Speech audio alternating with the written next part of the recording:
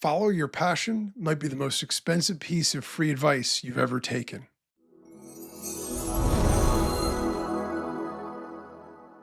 Follow your passion has to be one of the most repeated and quietly unhelpful pieces of life advice ever written into a graduation speech. It sounds inspiring. It also sends a lot of thoughtful, ambitious people into a slow, private kind of panic. Because if passion is supposed to be obvious and yours isn't, what does that say about you? Probably nothing useful. In the next few minutes, I want to do three things. One, I want to show you why this advice keeps backfiring. Two, I want to share what passion actually is, according to the people who've studied it for decades. And three, give you a better sequence that you can start using today. Why this advice sounds so good. The phrase works because it promises three things at once: clarity, authenticity, and permission. Clarity because it implies there's a single right path. Authenticity because it makes work feel like self-expression. And permission because it lets you stop second guessing. That's a powerful package. The problem is that almost none of it survives contact with real life. Most people don't have one obvious passion. Most people have several interests that compete for attention, shift over time, and don't come pre-labeled. So when the advice is follow your passion, and you can't find one to follow, the advice doesn't fail, you feel like the failure. That's the first cost of bad framing. So what the research actually says. Here's the part that most people don't hear. Researchers who study motivation and interest development have shown something pretty consistent. Passion is mostly built, not found. Psychologists like Paulo Keefe at Yale have studied what they call fixed versus growth theories of interest. People who believe passions are fixed, discovered fully formed, tend to give up on new interests faster and explore less. People who believe passions are developed stay curious longer and end up more engaged. That's a big deal. The story you believe about passion shapes whether you ever build one. Cal Newport, in his book So Good They Can't Ignore You, made a similar argument from the career side. The people we admire for loving what they do usually didn't start with passion. They started with interest, got good at something useful, and the love came later, through mastery, autonomy, and impact. That's not a romantic story, it's a more honest one. The distinctions that free you. A lot of confusion around this topic comes from one word doing too much work. So let's separate it. Interest is sustained curiosity. It's what you keep returning to even when no one asks you to. Talent is a head start. It's a skills ceiling that's easier to reach, not a guarantee you'll enjoy reaching it. Passion is intense emotional charge, useful as fuel, terrible as a compass. Purpose is direction tied to values. It answers why this, why now, for whom.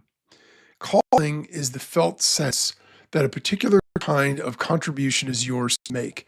For some people, it's loud. For most people, it's quiet, and it gets clearer with experience. Notice that passion is the loudest one and arguably the least reliable. That's why building a life around it tends to leave people anxious. So if passion isn't the starting line, what is? Here's the version of this that actually works in a real life with bills, a calendar, and finite energy. The better sequence. Try this instead of follow your passion. Curiosity. Notice what consistently holds your attention. Not what should, what actually does. Experimentation.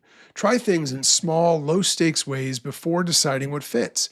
A weekend project, a side conversation, a short course. You can't think your way into clarity. You have to act your way there. Competence. Get good at something useful. Skill changes how work feels. Almost nothing is enjoyable when you're bad at it. Most things become more enjoyable once you're not. Contribution. Find the place where your skill solves a problem someone actually has. Meaning tends to live there. This is what psychologist Amy Wrzesniewski describes in her work on jobs, careers, and callings. People who experience their work as a calling usually frame it around a contribution, not around personal excitement. Alignment. Check the work against your values and the season of life you're in. Meaningful work for a 24-year-old won't look the same as meaningful work for a 44-year-old with 2 kids and a mortgage. That's not a compromise. That's reality doing you a favor. Deeper motivation. This is the part most advice skips. Once curiosity, skill, contribution, and alignment start stacking, something interesting happens. Engagement rises. Identity catches up. And what you used to chase as passion shows up quietly as a byproduct. If you take one thing from this video, take this. You're not behind because you don't feel passion yet.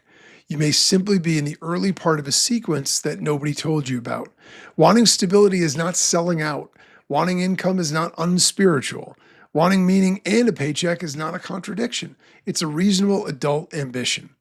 The mistake isn't that you haven't found your passion. The mistake is believing you were supposed to already. So before you close this tab, sit with a few questions. What consistently holds my attention even when no one's watching?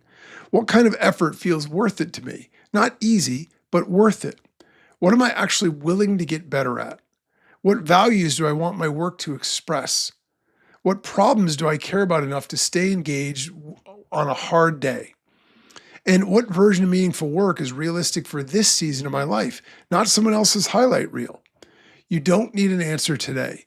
You need a direction that's honest enough to keep walking in.